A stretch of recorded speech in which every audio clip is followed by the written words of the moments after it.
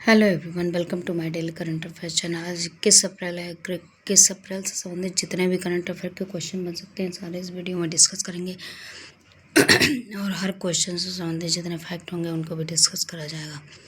चलिए शुरू करते हैं। पहला क्वेश्चन है, रिसेंटली भारत किसके साथ मुफ्त व्यापार समझौते पर साइन करेगा? तो ये न्यूजीलैंड के साथ भारत मुफ्त व्यापार समझौते पर साइन करेगा। इसके पहले ये यूनाइटेड किंगडम के साथ फ्री ट्रेड एग्रीमेंट कर चुका है। अब न्यूजीलैंड के साथ मुफ्त व्यापार यानी कि फ्री ट्रेड एग्रीमेंट करेगा। अब न्यूजीलैंड के बारे में जान लीजिए। ये ऑस्ट्रेलिया है। ऑस्ट्रेलिया के नीचे ये जो ये है न्यूजीलैंड।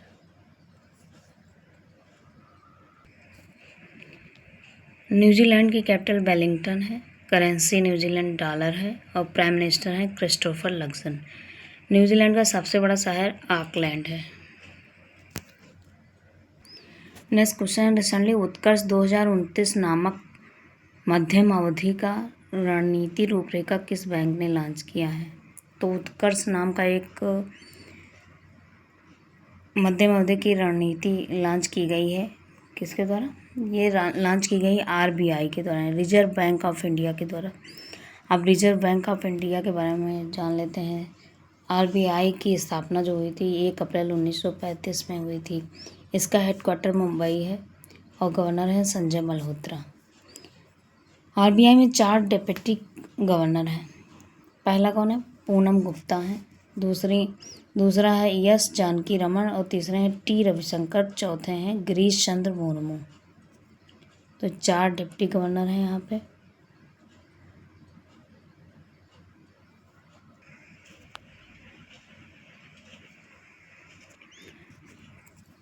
गवर्नर हैं संजय मल्होत्रा और 4 डिप्टी गवर्नर हैं और ये 26वें नंबर के गवर्नर हैं, 26। नेक्स्ट क्वेश्चन है, रिसेंटली घरेलू खिलाड़ियों को अनुबंध देने वाला पहला राज्य कौन सा बना है? तो ये मुंबई क्रिकेट एसोसिएशन खिलाड़ियों को अभी कॉन्ट्रैक्ट यानी कि जो एक बॉन्ड भरवाया जाएगा जिसमें जो है खिलाड़ियों को फाइनेंशियली हेल्प की जाएगी जिससे वो आसानी से खेल सकते हैं। तो इसमें जो है खिलाड़ियों की 3 कैटेगरी निर्धारित की गई है, A, B और C। ये श्रेणी में जो खिलाड़ी आएंगे उनको 12 से 18 लाख रुपए दिए जाएंगे और जो B श्रेणी में आएंगे उनको 8 से 12 लाख रुपए दिए जाएंगे और जो C श्रेणी में आएंगे उनको 8 लाख रुपए दिए जाएंगे। तो ये मुंबई क्रिकेट एसोसिएशन ने ये अनुबंध जारी किया है। इससे खिलाड़ियों को बहुत ही हेल्प हो जाएगी और वो आसानी से खेल पे फोकस कर पाएंगे, क्रिकेट पे।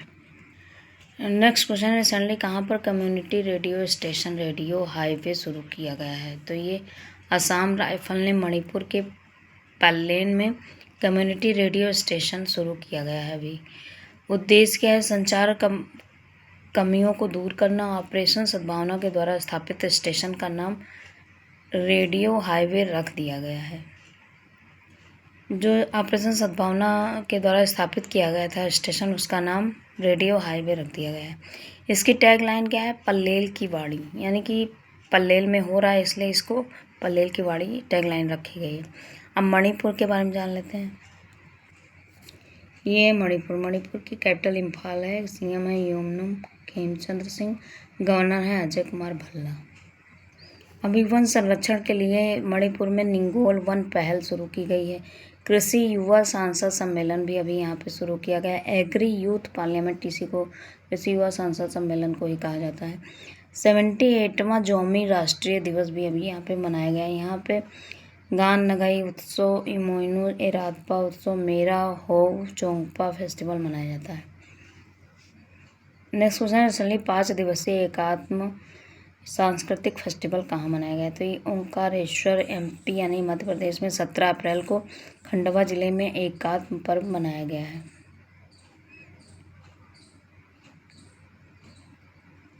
MP में मनाया गया है। तो आप लोग को नेक्स्ट क्वेश्चन का आंसर देना है। सूचना विभाग के अभी सचिव चेंज किए गए हैं, उनका क्या नाम है? इसका आंसर कमेंट बॉक्स में आप लोग दीजिएगा।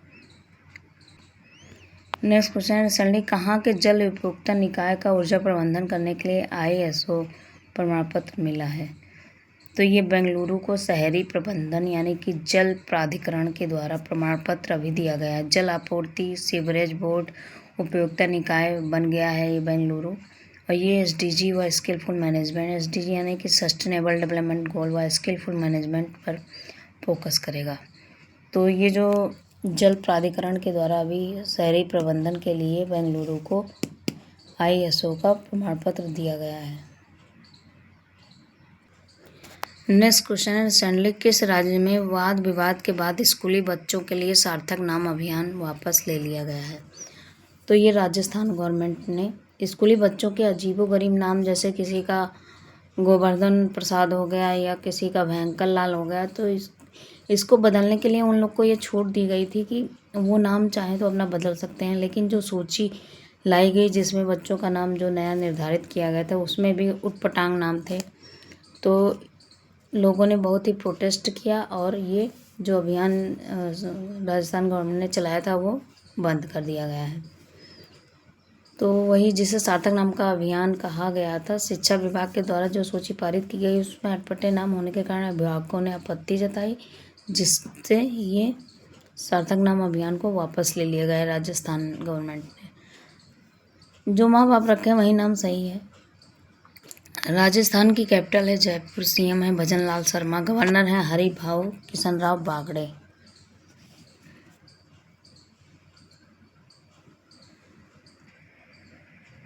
ये राजस्थान है। राजस्थान में लोकसभा सीटें 25 हैं, राज्यसभा 10 हैं, विधानसभा 200 हैं।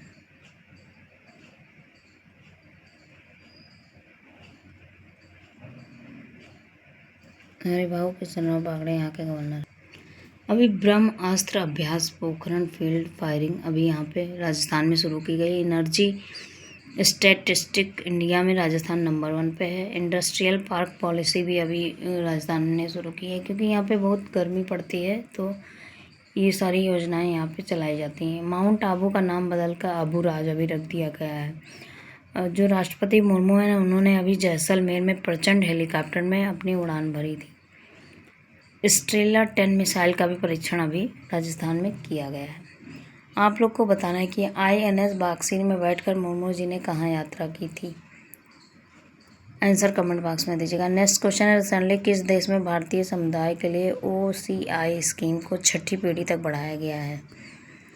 तो श्रीलंका ने अभी OCI स्कीम को 6ठी पीढ़ी तक बढ़ाया, यानी कि और आगे बढ़ा दिया है। तो OCI का फुल फॉर्म होता है ओवरसीज सिटीजन ऑफ इंडिया, मतलब जो सिटीजन होते हैं उनके लिए ये स्कीम बढ़ाई गई है। अब श्रीलंका के बारे में जान लेते हैं। श्रीलंका की कैपिटल कोलंबो है, करेंसी श्रीलंकन रुपी है, PM है हरणी अमर सूरिया और प्रेसिडेंट है यहाँ के अनुराग कुमार दिसानायके। भारत और श्रीलंका के बीच में शक्ति अभ्यास होती है। ये है श्रीलंका। श्रीलंका का जो बड़ा सम्मान है मित्र विभूषण, वो अभी मिस्टर नरेंद्र मोदी जी को दिया गया है।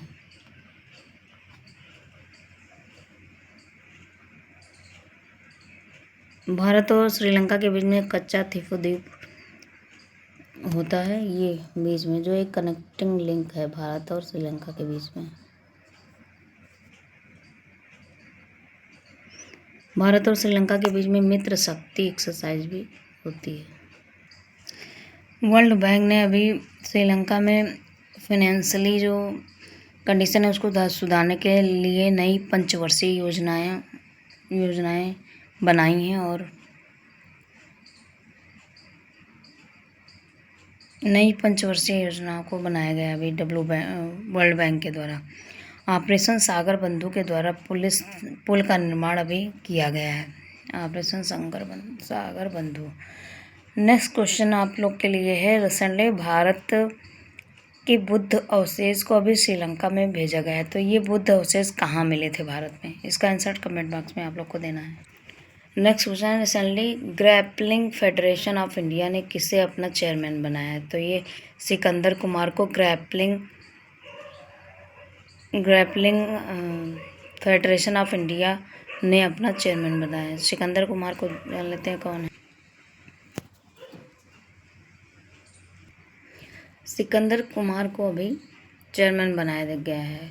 सिकंदर कुमार, ये ग्रैपलिंग क्या होता है? मार्शल आर्ट होता है, एक कुश्ती जिसमें आता है, तो उसके चेयरमैन बनाए गए हैं सिकंदर कुमार। अभी सुनील वाजपेयी को मुख्य आयकर आयुक्त किस राज्य का बनाया गया है? इसका आंसर आप लोग को देना है, सुनील वाजपेयी।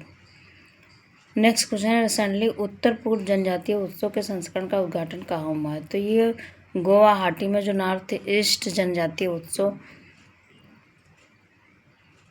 के संस्करण का अभी उद्घाटन गुवाहाटी में नंद किशोर यादव के द्वारा किया गया है। North east tribal spring festival का फर्स्ट संस्करण का उद्घाटन अभी इनके द्वारा नंद किशोर यादव के द्वारा किया गया है। ये उत्सव सांस्कृतिक विविधता, आदिवासी समुदायों का प्रकृति के साथ क्या संबंध है? आदिवासी लोग अभी भी प्राकृतिक रूप से ही रहना पसंद करते हैं।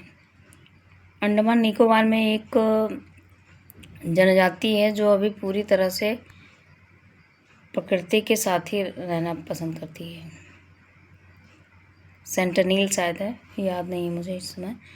नेक्स्ट क्वेश्चन आप लोग को बताना है कि मई 2026 में मई 2026 में ब्रिक्स विदेश मंत्रियों की मेजबानी कौन करेगा? इसका आंसर कमेंट बॉक्स में दीजिएगा। नेक्स्ट क्वेश्चन है, रिसेंटली WWF नेशनल अवार्ड किस भारतीय को मिला है?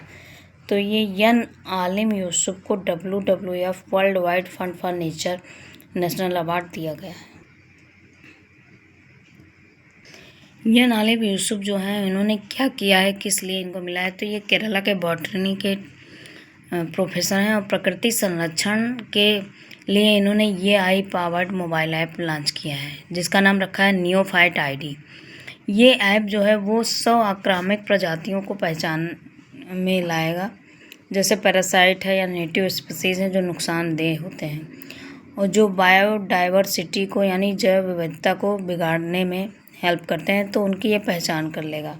तो इन्होंने ये AI पावर्ड मोबाइल ऐप को लॉन्च किया जिसका नाम नियोफाइट ID है। WWF nature and wild life है, यानी कि जो नेचर यानी प्रकृति और वाइल्ड लाइफ मतलब जो जंगल में रहने वाले पेड़ पौधे या जानवर हैं उनके लिए उससे संबंधित है। और ये क्या करता है? ये प्रोटेक्ट करता है एनवायरनमेंट को। इसी से संबंधित इन्होंने ये ऐप का निर्माण किया है। इसकी स्थापना 1961 ईस्वी में हुई थी। हेडक्वार्टर ग्लैंड स्विट्जरलैंड में है। Next question, recently 3rd time Rajya Sabha में डिप्टी चेयरमैन निर्विरोध कौन चुने गए हैं? तो ये मुर्मू जी ने अभी हरिवंश नारायण सिंह को नॉमिनेट किया था और ये नॉमिनेशन की प्रक्रिया के द्वारा जीते थे निर्विरोध रूप से। ये तीसरी बार फिर से जीत गए।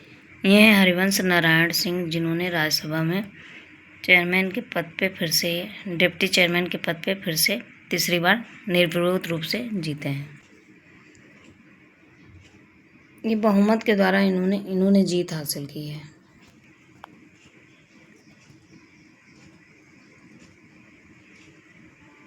दो 2018 में first deputy chairman non Congress बने थे। ये प्रिसाइडिंग ऑफिस होता है ये, यदि चेयरमैन नहीं है तो ये यही प्रिसाइडिंग प्रोसेस करते हैं। नेक्स्ट क्वेश्चन है, रिसेंटली हैदराबाद में आयोजित बोल्डर क्लासिक गोल्फ टूर्नामेंट का खिताब किसने जीता है? तो ये शुभंकर शर्मा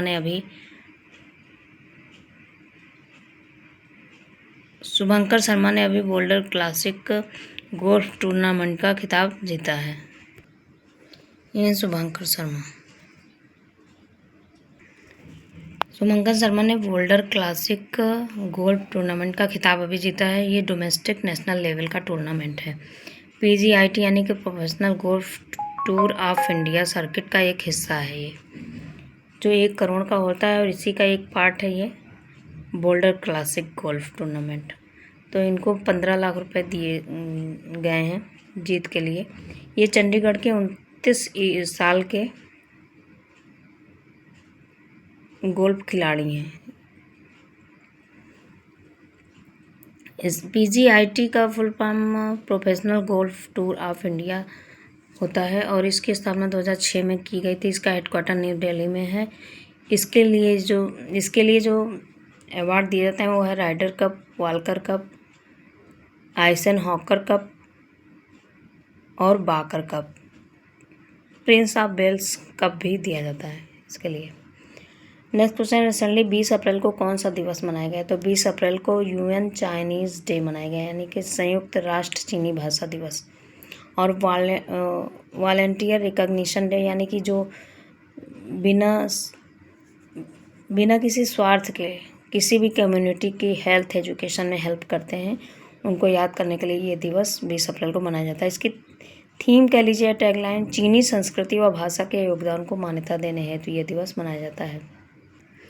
अभी 1 अप्रैल को उत्कल दिवस, आरबीआई स्थापना दिवस, सीबीआई स्थापना दिवस मनाया गया। 2 अप्रैल को विश्व ऑटिज्म जागरूकता दिवस, 4 अप्रैल को अंतर्राष्ट्रीय खदान जागरूकता दिवस, 5 अप्रैल को राष्ट्रीय समुद्री दिवस, 6 अप्रैल को विकास और शांति के लिए अंतर्राष्ट्रीय खेल दिवस, 7 अप्रैल को विश्व स्वास्थ्य दिवस, 10 अप्रैल को राष्ट्रीय युवा HIV और एड्स जागरूकता दिवस, विश्व होम्योपैथी दिवस व जल संसाधन दिवस मनाया गया। 11 अप्रैल को राष्ट्रीय सुरक्षित मातृत्व दिवस, 12 अप्रैल को अंतर्राष्ट्रीय मानव अंतरिक्ष उड़ान दिवस, 13 अप्रैल को सियाचिन दिवस, जलियांवाला बाग नरसंहार दिवस मनाया गया। 14 अप्रैल को विश्व चगास रोग दिवस मनाया गया। 15 अप्रैल को विश्व कला दिवस, हिमाचल प्रदेश स्थापना दिवस मनाया गया।